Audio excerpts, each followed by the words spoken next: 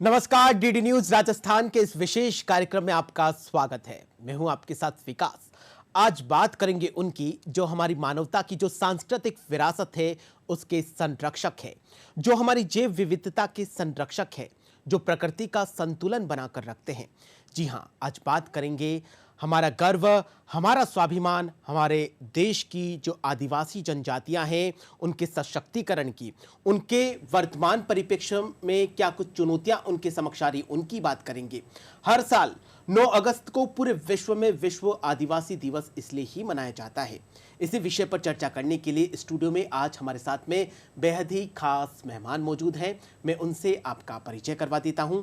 हमारे साथ में हरिराम मीना जी हैं। आप लेखक हैं और पूर्व अधिकारी रहे भारतीय पुलिस सेवा में।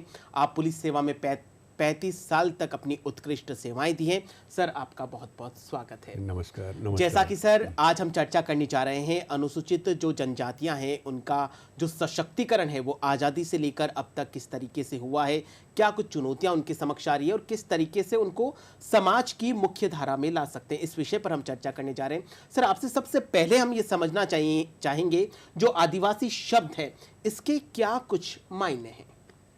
देखिए, आदिवासी शब्द में जो आदि है वो प्राचीनता का सूचक है और वासी वहाँ के रहने वाले का।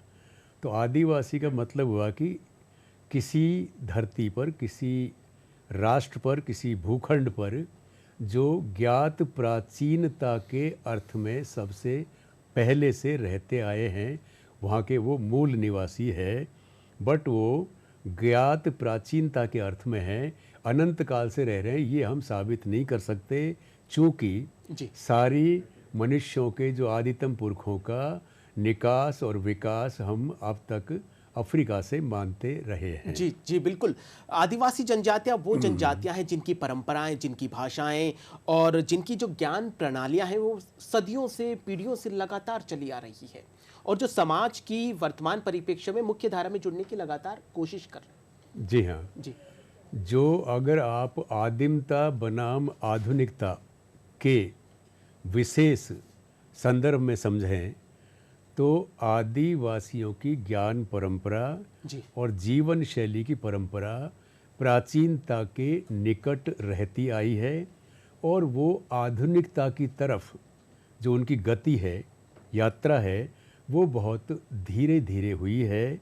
वैसे देखा जाए दुनिया की समस्त मानवता के आदितम पुरखे आदिवासियत का जीवन जिया करते थे, लेकिन उस आदिवासी जीवन शैली, आखेट और वनोपज पर आधारित जीवन शैली को छोड़कर जो लोग ज्ञान विज्ञान के आधार पर बाहर निकल गए, उन्हें हम आधुनिकता की तरफ जल्दी से, तेज गति से अग्रसर हुआ मानते हैं। और जो स्लो चल रहे हैं वो उस यात्रा में धीरे धीरे चलते हैं, इसलिए वो आदिमता के निकट है, ना कि आधुनिकता के। मतलब जो मानव जाति है उनकी जो जड़ है वो तो जैसा आपने बताया, जड़ें तो वही हैं। पूरे विश्व में 1994 में घोषणा हुई थी कि आदिवासी दिवस मनाया जाएगा और पहला जो आदिवासी दिवस था वो 9 अगस्त 1995 को पूरे विश्व में मनाया जा रहा है। तो 1995 से अगर बात करी जाए तो विश्व आदिवासी दिवस मनाया जाता है आदिवासियों के अधिकारों की रक्षा के लिए, जागरूकता के लिए। उसको आप किस तरीके से देखिए, इसमें ये और जोड़ दें जी, आदिवासी शब्द हम इस्तेमाल करते हैं भारतीय संदर्भ में और संविधान में उसको जनजाति कहा गया है। अफ्रीका में हम इनको नेटिव कहते हैं, अमेरिकन महाद्वीप में हम इनको इंडिजिनस कहते हैं और ऑस्ट्रेलियन महाद्वीप में हम इनको एबोरिजिन्स कहते हैं और एशिया में हम इनको ट्राइब कहते हैं, जो आदिवासी।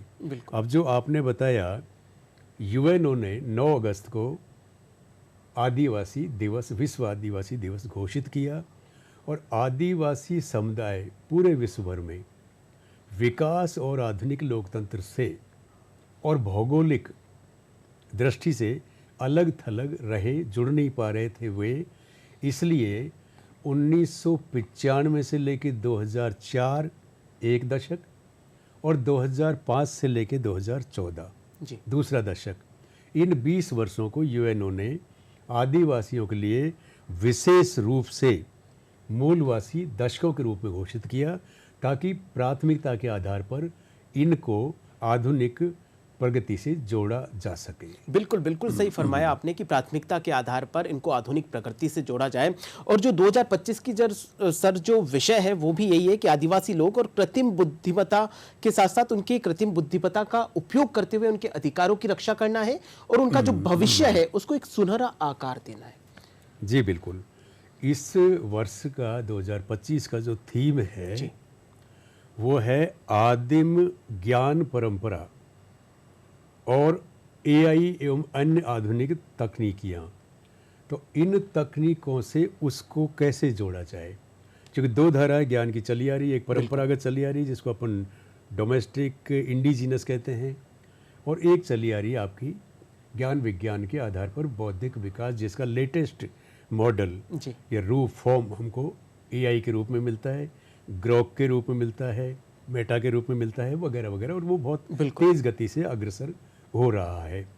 आदिवासी परंपरागत ज्ञान परंपरा को आधुनिक रिसर्च के आधार पर जो तकनीकी ज्ञान जो हमारे पास है भंडार, उससे जोड़ेंगे तो हम प्रकृति और मनुष्य और मानवेतर जीव जगत के बीच में संतुलन बनाए रखेंगे, जिसी को आपने कहा पारिस्थितिकीय संतुलन, इकोलॉजिकल बैलेंस।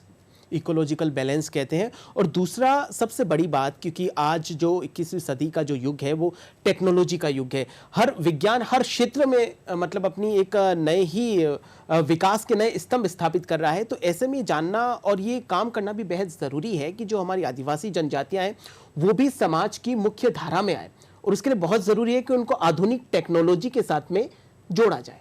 जी बिल्कुल, आधुनिक टेक्नोलॉजी से जोड़ा जाए, आधुनिक विकास से जोड़ा जाए, आधुनिक लोकतंत्र से जोड़ा जाए, लेकिन जो प्राकृतिक जीवन से जो ताल्लुक़ है उसे नहीं भुलाया जाए। बिल्कुल। आजकल जो विकास का मॉडल है, जो वैश्विक मॉडल है, सभी राष्ट्र उसको अपनाए हुए हैं, वो प्राकृतिक संसाधनों की अधिकांश दोहन की कीमत पर हो रहा है, और यही इकोलॉजी डिस्टर्ब हो रही है। आदिवासी चेतना में ये है कि आप विकास करें लेकिन प्राकृतिक संसाधनों का संतुलन भी बनाए रखें, क्योंकि जैव विविधता नहीं हुई, मनुष्य और मानवेतर जीव जगत और प्रकृति तत्वों के बीच में तालमेल नहीं हुआ, तो हमारा विकास गलत दिशा में चला जा रहा है। फिर क्लाइमेट चेंजेस का आएगा, ग्लोबल वार्मिंग का आएगा, ओजोन तह में छेद होएगा, पृथ्वी को खतरा पैदा होगा। बिल्कुल, मतलब विकास भी जरूरी है, लेकिन विकास अपनी सीमाओं में रहकर ही किया जाए। सर, आपने कुछ देर पहले संवैधानिक प्रावधानों का जिक्र किया था, तो आपसे जानना चाहेंगे कि जैसा कि आपने बताया कि अनुसूचित जनजातियां संविधान में जो शब्द यूज में लिया गया वो ये है, तो अनुसूचित जनजातियों के लिए संवैधानिक प्रावधानों की बात करी जाए तो वो क्या कुछ है?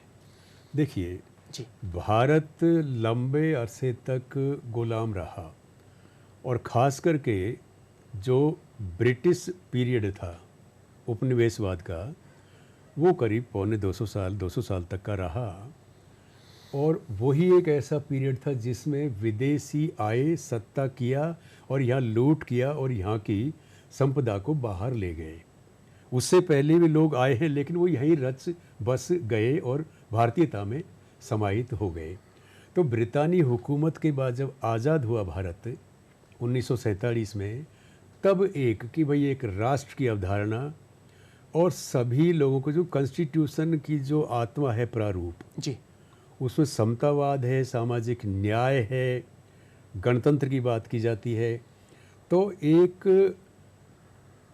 एक समान धर्मी समाज, एक संश्लिष्ट संस्कृति और एक समतावादी जो माहौल बने, उसमें ये आदिवासी समुदायों को भी कहा कि इनको मुख्य धारा से जोड़ा जाए, और उसके लिए संवैधानिक प्रावधान किए गए।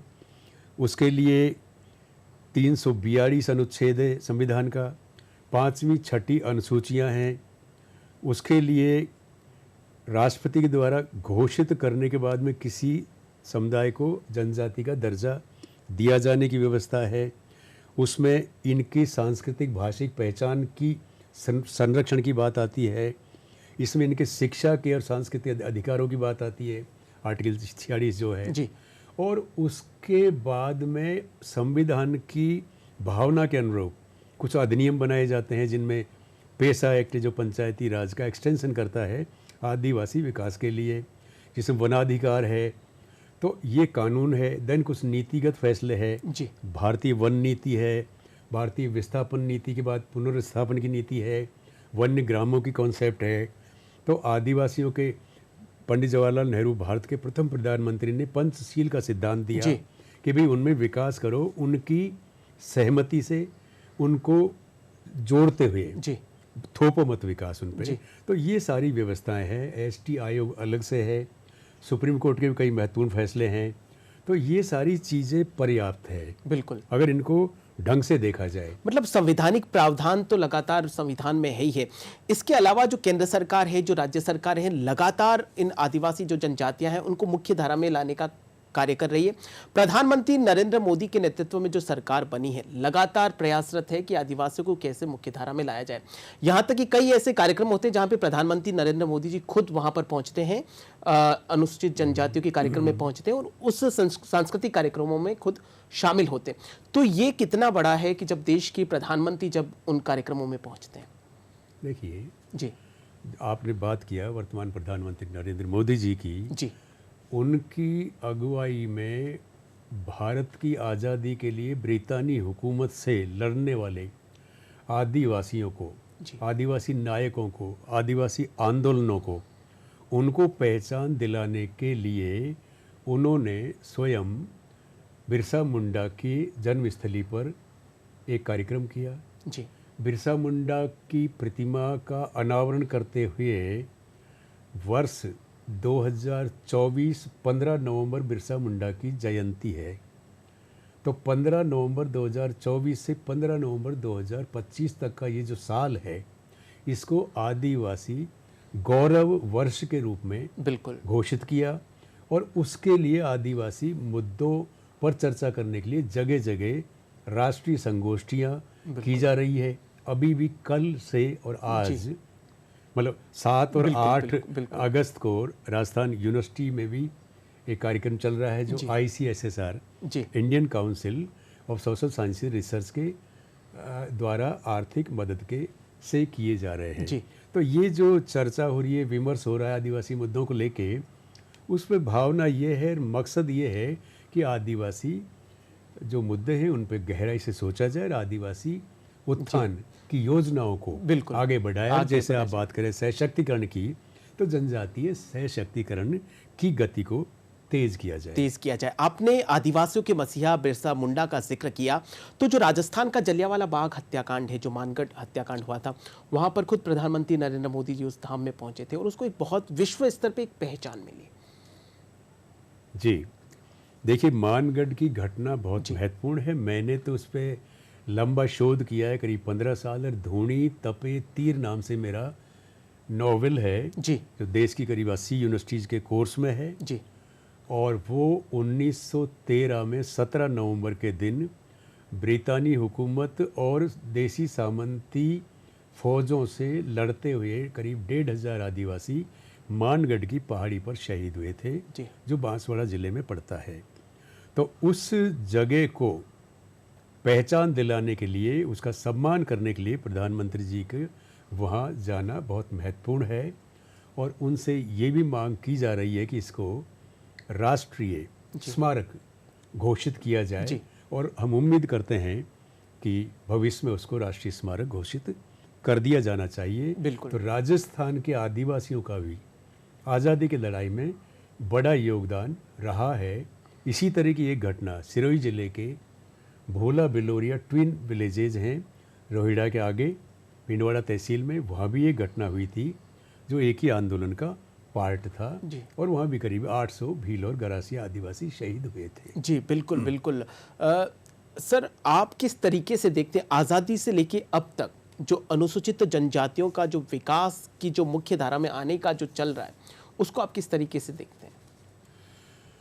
देखिए, बाकी कुछ मैंने जैसे कहा, संवैधानिक, वैधानिक, संस्थागत, सरकारी, प्रशासनिक, नीतिगत व्यवस्थाएं काफ़ी अच्छी हैं। जी लेकिन उनका जब क्रियान्वयन का सवाल आता है तो वहाँ हमको काफ़ी ढिलाई नज़र आती है। पहला एग्जाम्पल मैं दूं, हिंदुस्तान आज़ाद होता है 1947 में, जी और अंग्रेज़ों के खिलाफ आदिवासी लड़े, और उन लड़ाइयों को, उनके विद्रोहों को, संघर्षों को कुचलने के लिए अंग्रेज़ों ने एक क्रिमिनल ट्राइब एक्ट बनाया जी। 1871 में। हमारे यहाँ भी इसको लागू किया गया। ब्रितानी हुकूमत के सीधे शासन में जो इलाके थे वहाँ भी लागू किया, सामंती इलाकों में भी उसको लागू किया गया, देसी रियासतों में।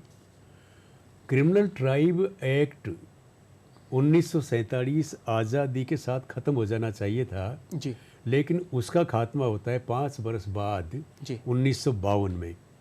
तो ये इस तरह के जो दृष्टिकोण है आदिवासी उत्थान को लेके, जी यह सवाल पैदा होता है, क्यों नहीं क्रिमिनल ट्राइब एक्ट को 1947 में ही हटा दिया जाता?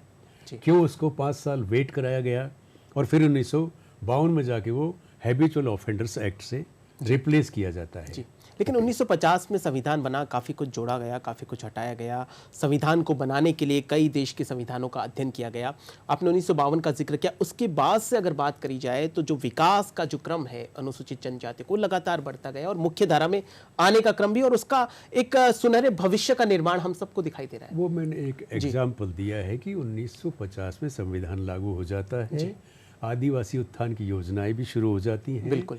लेकिन इस तरह की जो भूलें होती हैं, चूँकि आदिवासी जो लोग हैं वो मुख्य धारा से अलग थलग रहे, सांस्कृतिक दृष्टि से, सामाजिक दृष्टि से, जीवन शैली की दृष्टि से, भौगोलिक दृष्टि से भी वो पृथकत्व में रहे, और उनकी तरफ से कोई बोलने वाला, उनका प्रतिनिधि राजनैतिक नेतृत्व के रूप में नहीं आया।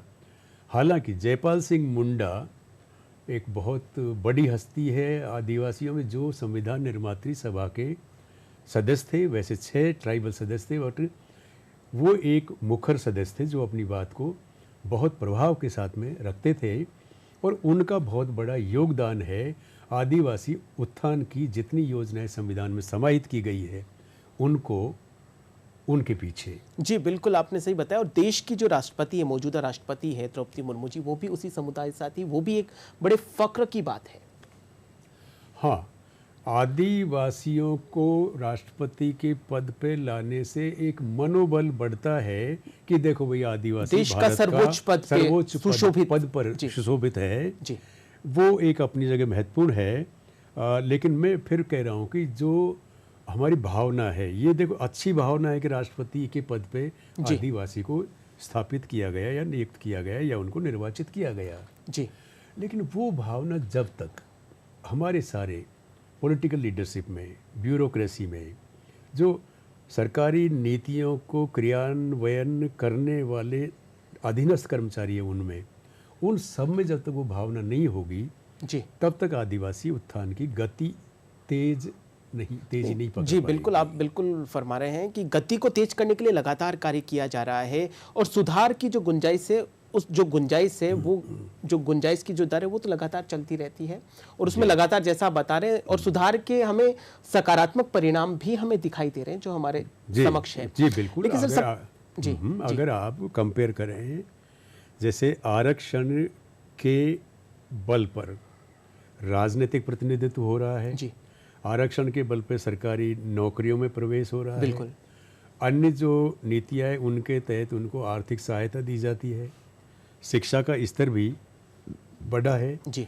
लेकिन जब आप एसटी को, शेड्यूल ट्राइब को, जनजातियों को एससी, शेड्यूल कास्ट, ओबीसी या जो जिनको जनरल सवर्ण तबका कहते हैं उनसे कंपेयर करेंगे तो कंपैरेटिवली आदिवासियों की दशा बहुत पीछे है।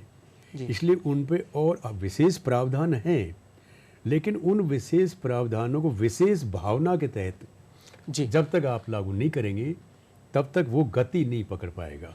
जी बिल्कुल, सरकार चाहे केंद्र सरकार हो चाहे राज्य सरकार हो, लगातार ये प्रयास कर रही है कि उनको भी समाज के जो दूसरे क्षेत्र या दूसरे वर्ग के जो लोग हैं उनके समकक्ष लाया जाए। लेकिन सर, सबसे बड़ी बात यह है कि जो केंद्र सरकार है चाहे राज्य सरकार है, लगातार समय समय पर वो परियोजनाएं लेके भी आ रही है और उनका क्रियान्वयन हमें दिखाई भी दे रहा है। तो इससे आप क्या देखते हैं, जो भविष्य का भारत है उसमें और क्या कुछ संभावनाएं आपको दिखाई दे रही हैं? देखिए, मैंने कहा ना, योजनाएं अच्छी हैं, लागू करने का मनसा भी है, जहाँ मनसा नहीं है वहाँ मनसा बनानी चाहिए, सीरियसनेस होनी चाहिए। मतलब एक जमाना था सर, पहले हाँ, बिल्कुल एक कटा हुआ सा था, हमें बिल्कुल, पता ही नहीं बिल्कुल था आप कि ये ठीक क्षेत्र कहें। में भी रहते हैं। जी, जी, बिल्कुल, आज वहां बिल्कुल। तक सरकार पहुंची है, वहां बिल्कुल तक सरकारी योजनाएं पहुंची, चिकित्सा हो, शिक्षा हो, ऐसे कई क्षेत्र हैं जिनका नाम तक उनको नहीं पता था, आज वहां तक सरकार पहुंच चुकी है। बिल्कुल ठीक कह रहे हैं आप। भौतिक संसाधन जा रहे हैं, सुविधाएं जा रही हैं, और भी चीज़ें हैं, वो पहले वाले हालात बदले हैं। बिल्कुल उसमें मैं ये जोड़ना चाहूँगा कि आदिवासियों का एक विशेष ज्ञान परंपरा है। बिल्कुल जैसे वनौषधियों का ज्ञान, वन जीवों का ज्ञान, तो वो जो उनकी ज्ञान पद्धति है उसको आधुनिक शोध, रिसर्च और तकनीकी से, जो तकनीकी की बात हमने की, उससे जोड़कर अगर हम उसको मार्केट में लाएं, व्यवसायीकरण करें, तो उनकी माली हालत, उनकी जो अर्निंग कैपेसिटी है वो और ज़्यादा ठीक हो जाएगी। हालांकि ट्राइफेड वगैरह ऐसे संस्थान बने हुए हैं जो उनके उत्पाद को बाज़ार में लाते हैं, लेकिन उस क्षेत्र में और ज़्यादा, क्योंकि किसी भी सूरत में अत्याधुनिक ज्ञान परंपरा से आदिवासी परंपरागत ज्ञान परंपरा कमतर नहीं है। जी, जैसे औषधियों के ज्ञान की बात करें, मैंने कहा वन्य जीवों के व्यवहार की बात करें, इवन प्राकृतिक घटनाओं के पूर्वानुमान की बात करें, बिल्कुल सर। तो आदिवासी पहले पहचान जाएगा। सुनामी आया अंडमान के आदिवासियों को पहले पता लग गया 24 घंटा पहले कि सुनामी आएगा। बिल्कुल तो ये जो सेंसेशन है या प्रकृति की भाव भंगिमाओं से जो संवाद की क्षमता है, ये जब ही होगी जब आदमी प्रकृति के निकट रहेगा, बिल्कुल सर। तो वो उससे भी हम बहुत कुछ सीख सकते हमारी हैं। प्राचीन संस्कृति के संरक्षक है वो, जिनकी जो ज्ञान परंपराएं हैं और भी कई चीजें, जैसे राजस्थान की बात करी जाए तो राजस्थान में हर समय समय पर सांस्कृतिक उत्सव का आयोजन होता है और उसके पीछे मूल उद्देश्य यही रहता है कि जो हमारी संस्कृति की कई ऐसी चीजें जो लोप हो रही है उनको वापस से पुनर्जीवित किया जाए। बिल्कुल आपने ठीक कहा। देखिए, भारत विविधताओं का देश है। बिल्कुल सर। और इसकी सुंदरता ही विविधता में है। भाषिक विविधता देखें तो करीब 700 भाषाएं हैं, जिनमें अधिकांश आदिवासी भाषाएं हैं, लेकिन वो मर रही हैं।